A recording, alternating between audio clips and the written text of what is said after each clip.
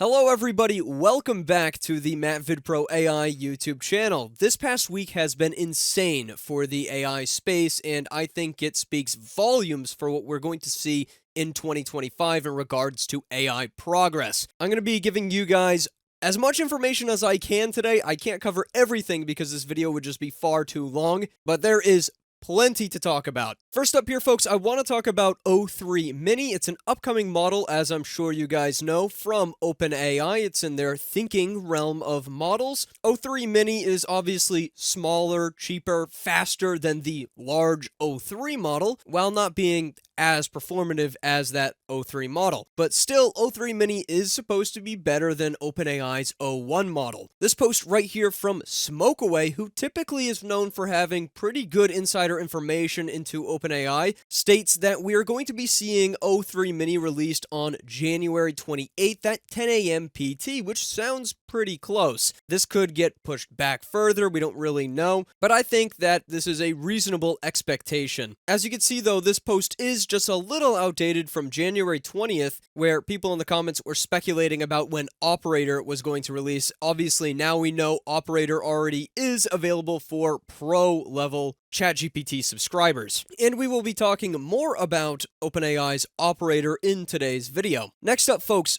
we also know that this O3 Mini model is going to have some level of free tier usage, and I really like to see that. These highly intelligent models should not just be limited to people who are paying monthly for a ChatGPT subscription, but as Andrew Caron points out right here, free access to O3 Mini is a direct response to the astonishing capabilities of the Deepseek R1 thinking models. Basically, the point that Andrew Caron is trying to make here is that the fact that O3 Mini is going to have some free tier usage is probably just due to competitive reasons in the space. Deepseek R1 released fully open source, weights and all, while pretty much being as good as OpenAI's current flagship model. Next up, we have even more confirmation about O3 Mini and some potential timeline updates. OpenAI's Kevin Weil says that O3 Mini is very soon, so that lines up pretty well with what we saw earlier from Smokeaway's insider take of the 28th. We can expect full O3 in February or March, which also aligns pretty well with what I've seen OpenAI do in the past.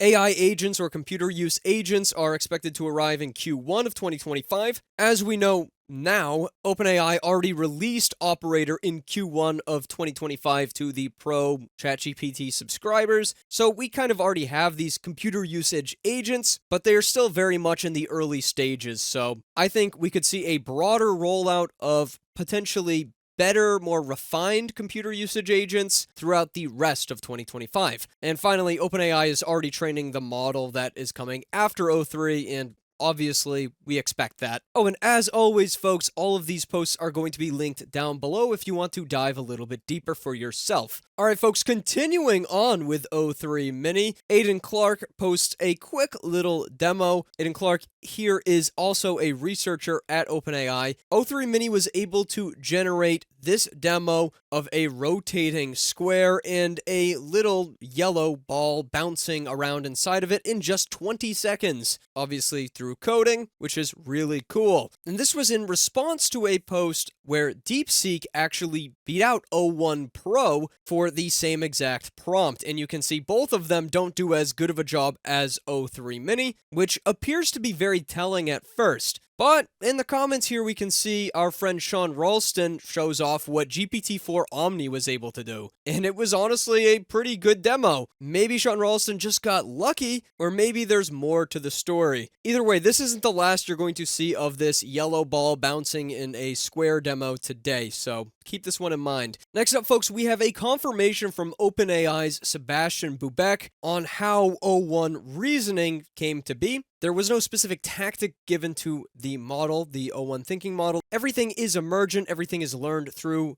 reinforcement learning. Now, this comes out in light of the Deepseek R1 thinking models research paper, the open source model that we talked about earlier. And essentially, this is pretty good confirmation based on the Deepseek R1 paper that DeepSeek was able to essentially replicate exactly what OpenAI did with O1. And to be honest with you guys, this does kind of confirm for me that OpenAI is a little bit on its heels regarding those Deepseek R1 models. They were able to replicate what OpenAI was able to do with the O1 thinking models, and that is the reason that the further thinking models such as O3 Mini are going to have free access. But don't wait, folks, there is even more. Google is also on OpenAI's rear end here, rolling out a Gemini 2.0 Flash thinking update. So it also uses the in-context reasoning, but this one supports a 1 million token context window, native code execution, which is nice to see. OpenAI also has that now inside of Canvas, longer outputs, and less frequent model contradictions. Google has been releasing a lot of these more experimental, quick, snappy updates to their large language models, and I think it's benefiting them greatly. They also post some quick benchmarks here to show better performance on math, science, and multimodal reasoning benchmarks. Logan points out that scaling is alive and well, which insinuates that, yeah, these thinking models that OpenAI is into, Google's now into, DeepSeek replicated with open source, that test time compute is super valuable and it scales well. Model parameter count isn't the only factor anymore. It's also how long do you spend inferencing and processing the information or the task. In other news related to Google, Imagen 3 is finally on LM-SIS. Now guys, I'm not quite sure if this necessarily is the final release of Imagen 3, but you can see it is right now a top charter. Much better than Recraft v3, much better than Dolly 3. And this model is also free to generate with. You can try Google's Imagen 3 on Image Effects. It's also going to be available on their AI Studio. I will say though, I do have some gripes in regards to the arena, the text-to-image arena. Yes, Imagen 3 is a top charter right now with the highest arena score, but you'll also see that Ideogram v2 down here has a slightly lower score than Recraft v3, and I've used both of those models. In my opinion, Ideogram is a lot better. So when it comes to more subjective things, sometimes like image generation, a lot of these top models are going to compete with each other, and depending on what you're trying to specifically do, you might prefer one model over another. Just thought I'd point that out. I also wanted to mention that if you haven't joined my Discord server yet, you definitely should. The people in my Discord server, and you know who you are, have been on the Imagen 3 hype for quite some time now, and you guys have known how good this model is. The Discord server has a fantastic community, and if you want to stay up to date, if you want to see the best in AI, I recommend going to that server. Next up, yes, we're moving back into large language models, I know, but we now have some actual posts regarding the next series of the Grok models by XAI. So here's a researcher actively testing Grok 3. The Grok 3 will be the first model trained on a 100,000 H100 cluster, which is massive, and Elon Musk has also boasted that this will apparently be the most powerful AI model out there, but we'll just have to see if that's the case. And I told you guys this particular test, Python script with the bouncing yellow ball and the square, was going to show up again. This is a side-by-side performance comparison. Grok 3 apparently nails it the best out of everybody. Perfect bounces with the yellow ball there. O1 Pro is struggling, and Deepseek R1 has some issues with the ball not being confound to the box perfectly. But again, if we move down to the comments here, we could see O1 Pro also nailing it, and also Grok 2 apparently doing a pretty good job with the same task. So take this with a grain of salt. But you know what I might not be able to take with a grain of salt? This next test with Grok 3 creating a ball in a rotating tesseract. This is a little bit more difficult. Obviously, it's going to be 3D instead, so I'm not sure exactly how it was able to produce this or if this is even correct. But yeah, there you go. That's another thing that Grok 3 did. I have yet to see something this complicated looking be recreated with O1 Pro. Either way, I think Grok 3 is going to be a very interesting model. I don't know if they're doing the test time compute. I don't know if they're doing the thinking. Maybe it'll just be a big bad model with a high parameter count. We'll have to see when everything releases. Alright, let's finally talk a little bit about OpenAI's Operator. As you can see, it is locked down to the $200 a month OpenAI Pro plan. Gives you the research preview of Operator. I'm going to be real with you guys. I don't have the $200 OpenAI Pro plan. I'm not paying for that right now. I gotta say though, Operator and seeing people use Operator has pushed me closer to dropping that $200, but it's still kind of a ton of money, let's be real. I also believe that this is only available in the US, so don't go out and get a pro plan if you don't live in the United States just for Operator. OpenAI also did a quick little live stream showcasing Operator and how it works.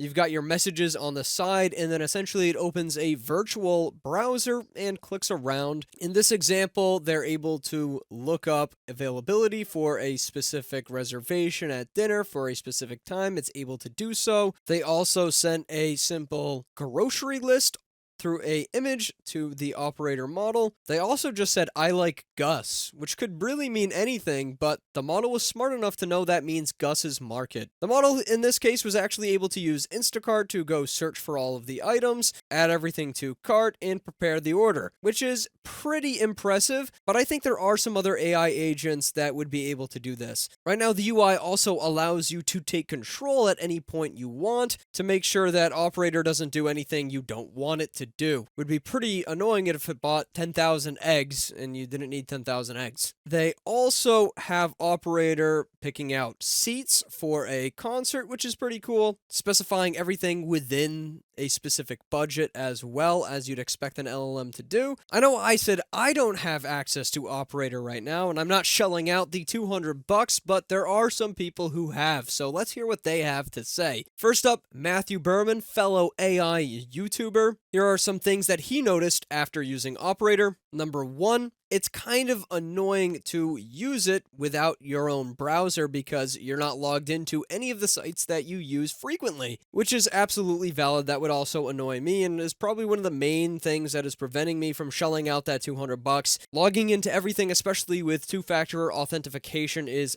super annoying. When taking over for Operator, the interactions are laggy because it is running remotely. It's streaming all that information over to you from some other machine that's running in the cloud. So that's to be expected for the most part. Hopefully, though, in the future, OpenAI is going to allow us to have Operator control our own browser entirely without needing to use a remote machine. Operator is also mesmerizing to watch, according to Berman here, and the potential is insane. I think we all know that the potential is insane. I really hope that Operator vastly improves over the course of this year. I would love to see something insane in terms of capable AI agents come out of OpenAI this year. A reply down here from another AI YouTuber, Matt Wolf. He says that he finds it still constantly gets stuck in loops. He tried having it find a specific person on Thumbtack, and it kept opening the same person over and over again in new tabs for some reason. But I guess that's why they call it a research preview, right? Stuff like this is expected to happen and will be hopefully ironed out before a more official release. Next up, we have another post from I Rule the World MO, a controversial figure here on the XAI spaces, but at least in this post here, our strawberry friend is providing some good first impressions of Operator. He has apparently already hit usage limits, first impressions being that Operator is incredible, and by the end of the year, it's hard to say where we will end up. But as of right now, the average user won't get much value out of $200 to be able to access Operator. Just being honest, appreciate that. Says it's slow, misses enough clicks to be annoying, and doesn't provide a ton of upfront value. McKay Wrigley responds saying it's not reliable enough to be useful for work yet, but he's glad that they shipped it early. He thinks that it will certainly be there in a year, probably in 6 months even. And finally, we've got another little take or another little note from Smokeaway. In this circumstance, operator encounters a CAPTCHA, and it actually asks the user, could you take over for me and complete the CAPTCHA, even though it probably has the capabilities as an LLM to just complete the CAPTCHA alone. This meme right here is becoming all too real. Next up, this is pretty darn cool. This is PigDev, and it's Windows desktops for AI agents. A lot of you might not be surprised to learn that AI agents similar to what we have now from OpenAI's Operator have existed for some time. This, though, is an API to launch and automate Windows apps for use with AI agents. And in this case, it's not just control over a web browser, it's actually control over the entire Windows computer. So as expected, it can still do things like open up a web browser, search Amazon, scroll around, but it can also do things like open up Excel and start a new Excel spreadsheet and begin to actually fill it in correctly, which is pretty crazy. So while OpenAI still is making consumer level strides towards agents, the rest of the AI community is making more open and accessible strides towards more powerful tools, even though they might not have the same level of support or ease of use. I thought I would share this with you guys in case any of you devs are interested. Pretty darn cool. Okay, guys, let's talk about the Stargate Project. Coming directly from OpenAI, Stargate Project is a new company separate from OpenAI in some way here that intends to invest $500 billion. $500 billion, guys. Yeah, that's a lot of freaking money, dude. Over the next 4 years, just 4 freaking years, man. Dedicated to building new AI infrastructure for OpenAI in the United States. Their first goal here is to deploy $100 billion immediately. This infrastructure will secure American leadership in AI, create hundreds of thousands of American jobs, and generate a massive economic benefit for the entire world, according to OpenAI. They're stating that the project is reindustrializing the United States for this next, what a lot of people would consider industrial revolution of AI. They go through some of the initial equity founders. We've got SoftBank, obviously OpenAI, Oracle is in there, and MGX. They announce a chairman as well. They announce some key technology partners like ARM, Microsoft, NVIDIA, and of course Oracle. The build out for this, by the way, is already underway starting in Texas, and they're also evaluating apparently other potential sites across the country. Basically, what Stargate really seems to be at the end of the day is a computing system, lots of GPUs, lots of power to train new AI models. And you guys might have also seen this, some drama going on over here. Elon Musk saying they don't actually have the money.